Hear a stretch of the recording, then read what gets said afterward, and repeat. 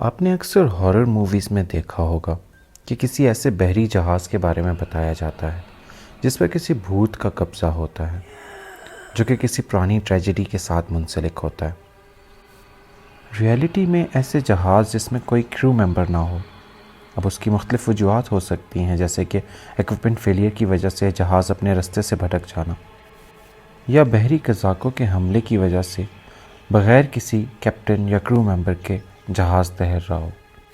ایسے بحری جہازوں کو گوسٹ شپ یا فینٹم شپ کہا جاتا ہے۔ مرینز یا ماہی گیروں کو ایسی کشتیاں یا جہاز ملنا کوئی غیر معمولی بات نہیں ہے، لیکن کیا آپ جانتے ہیں کہ 1947 یا 48 میں اورنگ میڈن نام کی ایک ایسی گوسٹ شپ ملی تھی جس کی انویسٹیگیشن نے سب کو چونکا دیا تھا۔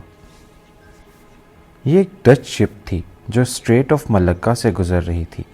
اسٹریٹ آف ملکہ کے بارے میں بتاتا چلوں کہ یہ انڈونیشیا اور ملیشیا کے درمیان سے گزرتا ہوا ایک بحری رستہ ہے، جو کہ مشہور بھی اسی وجہ سے ہے کہ اس میں بہت سے جہاز اور کشتیاں ڈوب چکی ہیں جن کا بعد میں کوئی سراغ نہیں ملا۔ تو وہاں سے یہ جہاز گزر رہا تھا کہ اس کے ساتھ ایک ہولناک حادثہ پیش آیا۔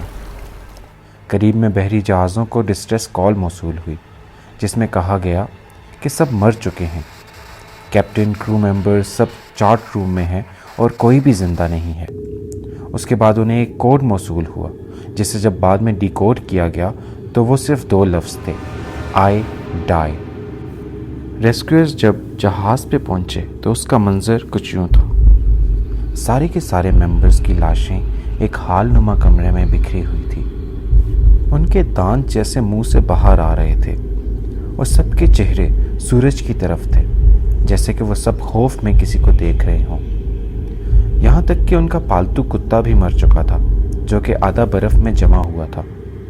اس کے بھی دانت نکلے ہوئے تھے اور وہ غرانے کی کوشش کر رہا تھا، جیسے کہ کسی کی طرف غصے سے بھونک رہا ہو۔ کہانی کی مسٹری ابھی یہاں ختم نہیں ہوتی۔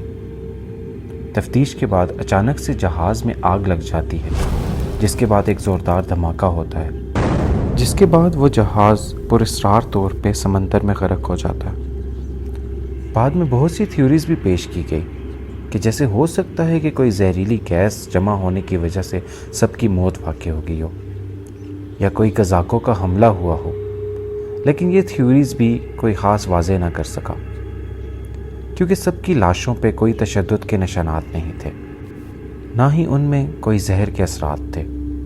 جہاں تک جہاز کے ڈوبنے کا سوال تھا تو اس کے بارے میں یہ کہا گیا کہ کیونکہ یہ واقعہ سیکنڈ ورلڈ وار کے قریب پیش آیا تو ہو سکتا ہے اس میں کوئی ایسے دستاویزات ملے ہوں جو کسی کے ہاتھ لگنا مناسب نہیں تھا، تو انتظامیہ نے سوچے سمجھے منصوبے کے ساتھ اسے خود ہی تباہ کر دیا ہو۔ لیکن آج تک ان تھیوریز کی کوئی تصدیق نہ کر سکا۔ سچ میں جو ہوا ہوگا اسے تو قدرت ہی بہتر جانتی ہے، لیکن اس واقعے نے نہ حل ہونے والی مسٹریز کی لسٹ میں اپنا نام ضرور کر دیا ہے۔ ایسے اور واقعات سننے کے لیے میرا پیج ضرور وزٹ کیجیے اور مجھے سپورٹ کرتے رہیے۔ شکریہ۔